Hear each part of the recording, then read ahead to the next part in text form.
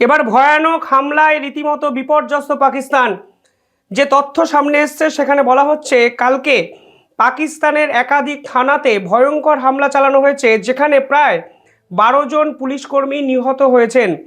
শুধু তাই নয়, পাকিস্তানের সর্ববৃহৎ দুটি ব্যাংক কালকে লুটে নেওয়া হয়েছে।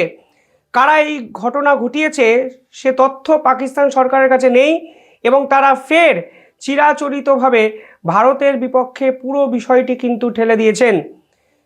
যদি আরও ডিটেইলিংয়ের রিপোর্ট দেখেন তাহলে দেখবেন কালকে পাকিস্তান দাবি করেছে যে ভারতের মদতপুষ্ট ফিতনা আল হিন্দুস্তান এই সংগঠন কি, এই সংগঠন বেলুচিস্তানে নাকি অ্যাক্টিভ, যারা ভারতের মদতে পাকিস্তান সেনাবাহিনীর বিপক্ষে যুদ্ধ করছে। ফলে পাকিস্তান আসলে নিজেদের দেশের ইন্টারনাল সিকিউরিটি দিতে যেহেতু ব্যর্থ সরকার, সেই পুরো বিষয়টি ঘুরিয়ে ভারতকে দোষারোপ করতে চাইছে আন্তর্জাতিক মঞ্চে, তা কিন্তু স্পষ্ট। বলা হচ্ছে এই সংগঠন কালকে 12 থেকে 15 জন পুলিশ কর্মীকে কালকে খতম করেছে। এই পুরো ঘটনাটি ঘটেছে পাকিস্তানের খারান শহরে এবং একযোগে 3টে স্পটে হামলা চালানো হয়, যার মধ্যে দুটো অত্যন্ত গুরুত্বপূর্ণ জায়গা, একটির নাম ন্যাশনাল ব্যাংক অফ পাকিস্তান এবং হাবিব ব্যাংক লিমিটেড, সেখানে লুটে নেওয়া হয়, যেখান থেকে প্রায় 35 লক্ষ টাকা দুষ্কৃতীরা নিয়ে চম্পট দেয়।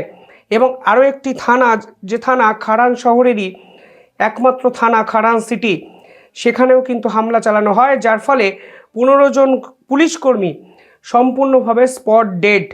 অর্থাৎ পাকিস্তানের সরকার অত্যন্ত খারাপ জায়গায় প্রতিনিয়ত যেভাবে চলে যাচ্ছে, কালকের এই হামলার পর তাদের মেরুদণ্ডটাই ভেঙে গেল, কারণ এবার তাদের ব্যাংকগুলো লুটে নেওয়া হলো এবং পাকিস্তানের যে অর্থনীতির অবস্থা, যেরকম মুদ্রাস্ফীতি চরম জায়গায় পৌঁছেছে, সেখানে ব্যাংক থেকে টাকা গায়েব হওয়া এবং এর ফলে যে ক্ষতি হওয়া এবং ক্ষতিপূরণ, এই পুরো বিষয়টা নিয়ে পাকিস্তানের আসিম মুনির আলটিমেটলি মাথায় হাত দেওয়া ছাড়া তার কাছে আর কিছুই করার নেই।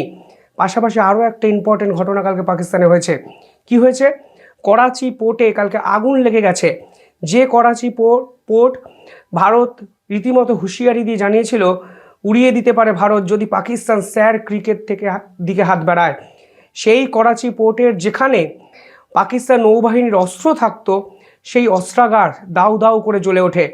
ফলে পাকিস্তান সেনাবাহিনী রীতিমতো হকচকিয়ে যায় এবং সেই ভিডিও ফুটেজ ভাইরাল হয় এবং দেখা যায় করাচির যে কগনিজেন্ট, সেখানে কোনো অজানা ব্যক্তি নাকি আগুন লাগিয়ে দিয়েছে এবং কারা আগুন লাগিয়েছে তদন্ত হচ্ছে। কিন্তু এই পুরো বিষয়টি অন্তর্ঘাত নাকি ষড়যন্ত্র, সে বিষয়ে এখনও অফিসিয়াল কোনো স্টেটমেন্ট পাকিস্তানের পক্ষ থেকে আসেনি। অর্থাৎ বুঝতেই পারছেন, পাকিস্তানের একদিকে তিন যোগে হামলা, অন্যদিকে নৌবাহিনীর ব্যবহৃত যে পোর্ট বন্দর, করাচি বন্দর, সেখানে আগুন। পাকিস্তান সরকারের যে অবস্থা তা কমপ্লিটলি টাইট দিয়ে দিয়েছে, তা কিন্তু স্পষ্ট। পাশাপাশি এই পাকিস্তানকে নিয়ে ডোনাল্ড ট্রাম্পও কিন্তু দেশের আভ্যন্তরীণ একাধিক বিষয়ে বিতর্কের সামনে দাঁড়িয়ে আছে। কালকে ডোনাল্ড ট্রাম্পের যে পার্টি, সেই রিপাবলিকান পার্টির অন্যতম এক নেতা, যিনি ইউএস কংগ্রেসম্যান অলসো, তিনি কালকে বলেছেন এই যে পাকিস্তান 300 মিলিয়ন মানুষের যেখানে বাস, সেখান থেকে আমেরিকাতে কোনো ইনভেস্টমেন্টও আসে না এবং আমেরিকার কোনো কোম্পানি পাকিস্তানে ইনভেস্টও করে না। ফলে পাকিস্তানের সঙ্গে সম্পর্ক রাখা আসলে আমেরিকার পক্ষে কতটা গুরুত্বপূর্ণ তা কেউ বুঝতেই পারছে না। এবং দেখুন, এই মুহূর্তে পাকিস্তানের সঙ্গে আমেরিকার সম্পর্ক শুধুমাত্র একটি কারণেই আছে, তা হলো ডোনাল্ড ট্রাম্পের ব্যবসা বাণিজ্য এতে কিন্তু বাড়ছে। কালকে পাকিস্তান এমন একটি ডিল করেছে যা আন্তর্জাতিক স্তরে রীতিমতো চমকে দিয়েছে, কারণ সেই কোম্পানি হলো ডোনাল্ড ট্রাম্পের ছেলের কোম্পানি। আমি আপনাদের দেখাবো একটু পরে, তবে তার আগে এই ইউএস কংগ্রেসম্যান কি বলেছে আপনি ভিডিও ক্লিপিংসটি দেখুন। এবং তিনি পরিষ্কার বলছেন ভারতে আমেরিকার কোম্পানিরা ইনভেস্ট করে এবং ভারতীয় কোম্পানিরাও আমেরিকা থেকে ইনভেস্ট করে, কিন্তু পাকিস্তান 300 মিলিয়ন জনসংখ্যা নিয়েও আমেরিকার কোন কাজে লাগে কেউ জানে না। Interesting you mentioned Pakistan too. People don't realize that they have almost 300 million people in their country too, but they don't bring the investment here and vice versa too.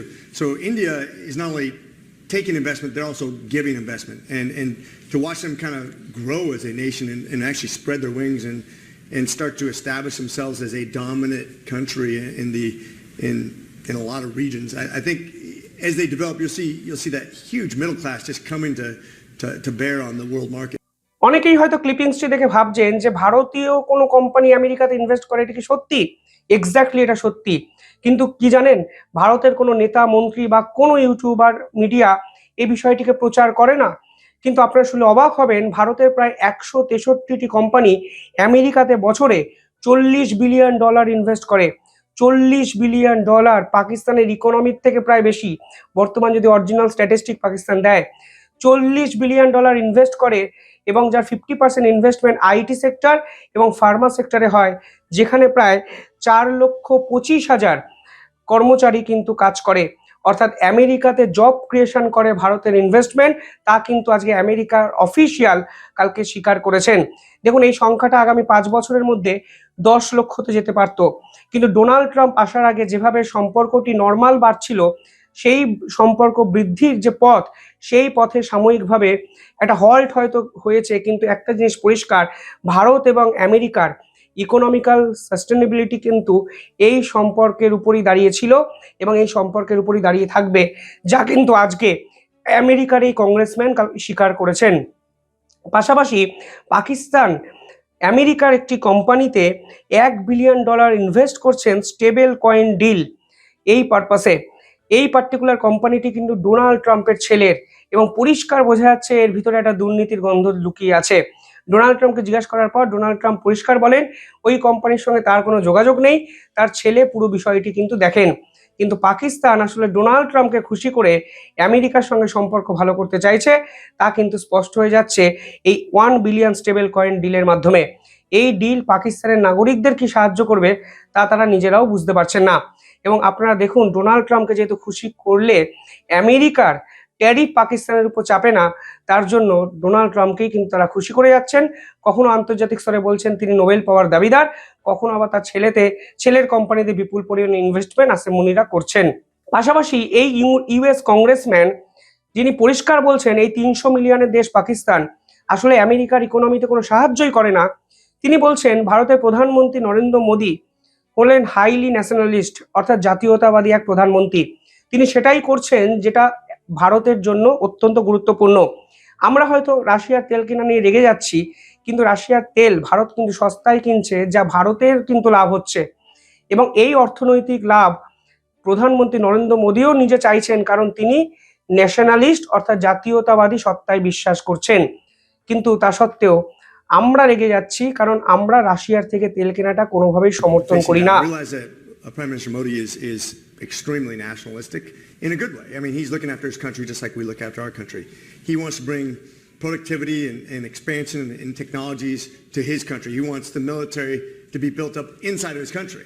Matter of fact, there's several laws that kind of inhibit our collaborating and that are troublesome to the advancement of their military as well as our collaboration.